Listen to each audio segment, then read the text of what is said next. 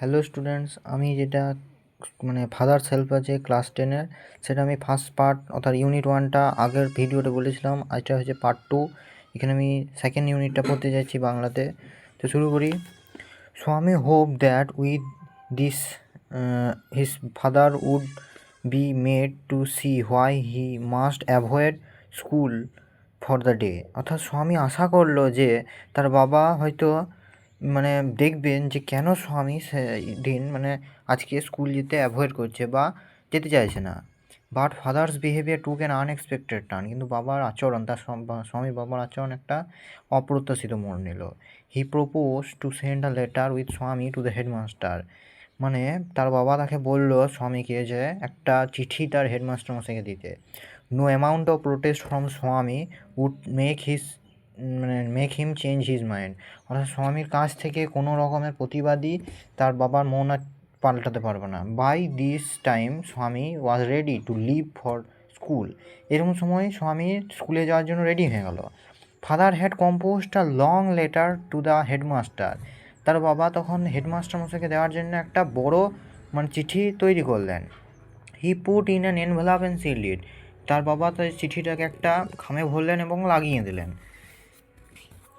What have you written father? Swami বলল যে তুমি কি লিখেছো বাবা?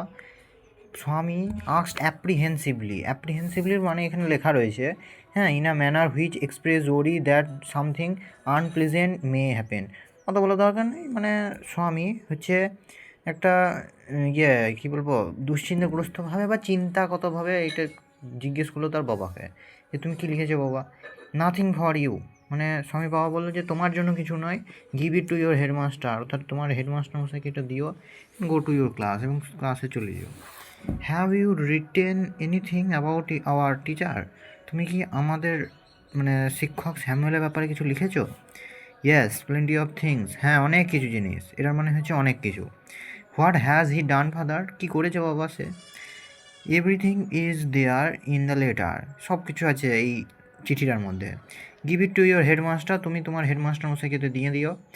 স্বামী went to school feeling that he was the West boy on earth. স্বামী স্কুল যেতে যেতে এটা মনে করলো যে সে হয়তো পৃথিবীর সবচেয়ে নিকৃষ্টতম ছেলে। হিজ কনসায়েন্স ব্রোথার্ড হিম। অর্থাৎ তার কনসায়েন্স বিবেক তাকে যেন ব্রোথার্ড বা কুড়ে কুড়ে খাটছিল। He was not at all sure of his description of Samuel had been accurate. সে ঠিক করতেই পারছিল না যে স্যামুয়েলের ব্যাপারে তার যে ডেসক্রিপশন, তার যে বর্ণনা, সেটা একদম ঠিক কিনা। He felt he had mixed up the real and imagined. সে মনে করলো যে সে হয়তো আসল, সত্য এবং ইম্যাজিনেট, যার যে ধারণা করছে সেটাকে মিশিয়ে গুলিয়ে ফেলেছে। স্বামী stopped on the road side to make up his mind about Samuel. স্বামী রোডের ধারে দাঁড়ালো এবং তার মনটাকে স্যামুয়েলের জন্য তৈরি করলো। Samuel was not such a bad man after all. অর্থাৎ স্যামুয়েল এই সব কিছুর পরও কোনো খারাপ মানুষ কিন্তু ছিলেন না। স্বামী এটা মনে মনে ভাবছে। Personally he was much more friendly than the other teacher. অর্থাৎ স্যামুয়েল কিন্তু অন্য টিচার, অন্য শিক্ষকদের থেকে বেশি বন্ধুত্ব সুলভ। Swami also feel Samuel had a special regard for him. Swami তার জন্য, স্যামুয়েলের জন্য একটা বিশেষ কী বলবো, রিগার্ড বা কী বলবো, একটা বিশেষ, তার মনটা খারাপ হতে লাগলো। আফসোস করতে লাগলো স্যামুয়েলের ব্যাপারে।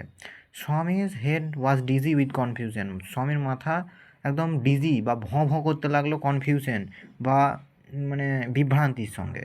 He could not decide if Samuel really deserve the allegation made against him in the letter.